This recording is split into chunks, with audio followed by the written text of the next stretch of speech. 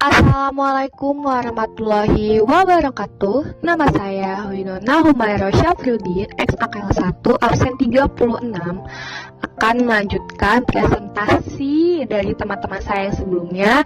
Di sini saya bagian yang paling terakhir. Ya, di sini saya akan melanjutkan presentasi pasar persaingan sempurna dan pasar persaingan tidak sempurna.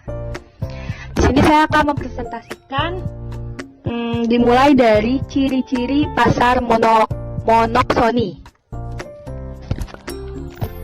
Jadi yang pertama itu pembeli menjadi pihak sentral yang menentukan harga, terus barang yang beredar berfokus pada bahan mentah, dan terdapat satu pembeli atau konsumen saja. Terus juga terdapat ciri-ciri lain dari pasar monoksoni. Yang pertama itu hanya ada satu pembeli, terus harganya ditentukan oleh si pembeli, terus pendapatannya tidak merata, sering terjadi perselisihan antara penjual dan pembeli.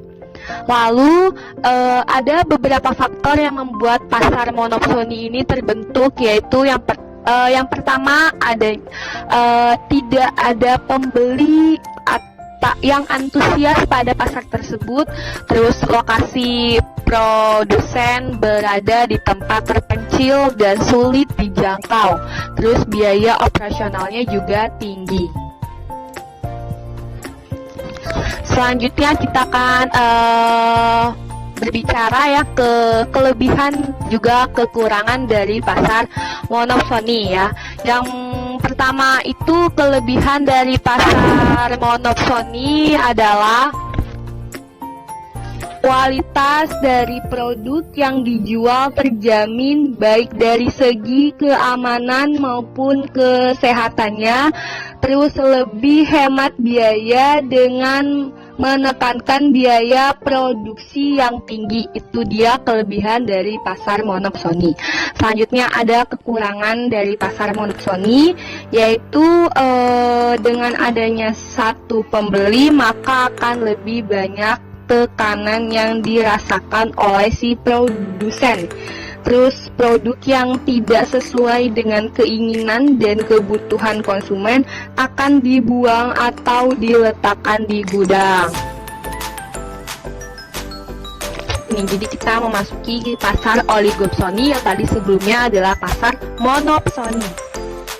Jadi di pasar oligopsoni ini merupakan salah satu jenis pasar yang memiliki dua atau lebih jumlah pembeli, biasanya pelaku usaha, di mana dalam bentuk pasar oligopsoni pembeli menguasai pasar sebagai pasokan atau bahkan menjadi pembeli tunggal atas barang atau jasa di dalam komoditas. Jadi pasar oligopsoni ini ialah salah satu bentuk dari pasar persaingan tidak sempurna, yaitu salah satu pasar yang belum terorganisir dengan sangat baik dan sering timbul ketidakadilan dalam pasar. Ada juga ciri-ciri dari pasar oligopsoni ya. Pertama, ada beberapa pembeli di dalamnya. Terus, harga pasar yang berlaku cenderung stabil, tidak fluktuatif. Terus, barang atau produk yang beredar adalah barang setengah jadi. Nah, terus juga umumnya pembelinya itu adalah distributor. Terus juga jenis barangnya sedikit dan pendapatannya merata. Lalu ada kelebihan dari pasar oligopsoni ya.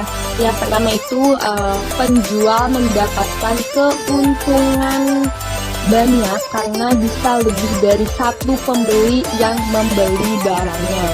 Terus tekanan dari pembeli kepada penjual tidak begitu terlihat karena adanya sebuah perlindungan. Juga kelebihan lainnya itu hak-hak produsen terlindungi dengan baik meski pembeli berperan sebagai penguasa. Ya, hal ini bisa terpenuhi karena terdapat beberapa pembeli sehingga ketika penjual merasa dirugikan, maka ia bisa berpindah ke pembeli lain. Ya. Terus juga pembeli tidak bisa bertindak semaunya. Ya, kelebihan lainnya itu pembeli tidak bisa bertindak semaunya. Kenapa sih? Karena meski bisa menentukan harga, pembeli juga harus menyesuaikan harga dengan barang yang dibeli agar produsen mau dijual kepadanya. Oke.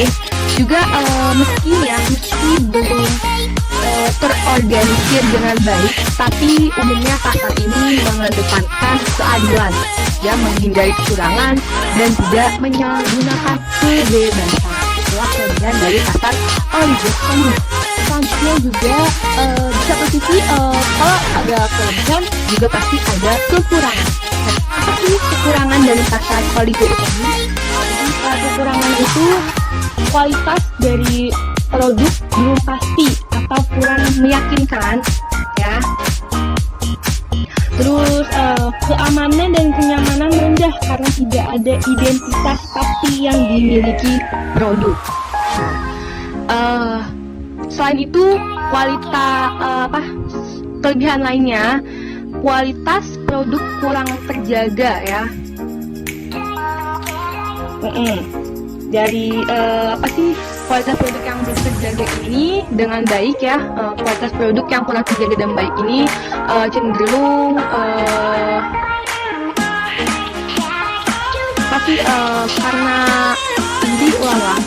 karena kualitas produk kurang terjaga dengan baik karena penjualan cenderung mudah, ya.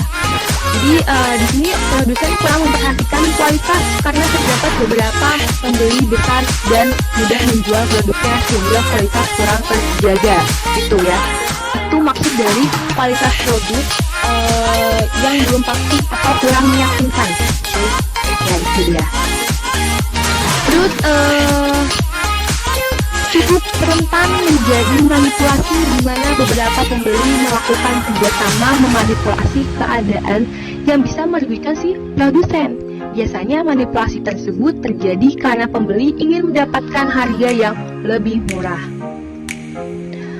Kemudahan dalam hal jual beli menyebabkan kurangnya kreativitas, yaitu dia tuh salah satu contoh kekurangan lain dari pasar oligopsoni.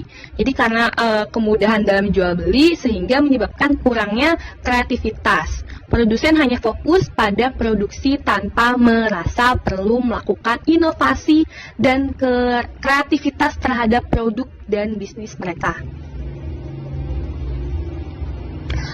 Oke, cukup sampai sini saja. Sekian presentasi dari saya. Jika ada kekurangan, mohon dimaafkan.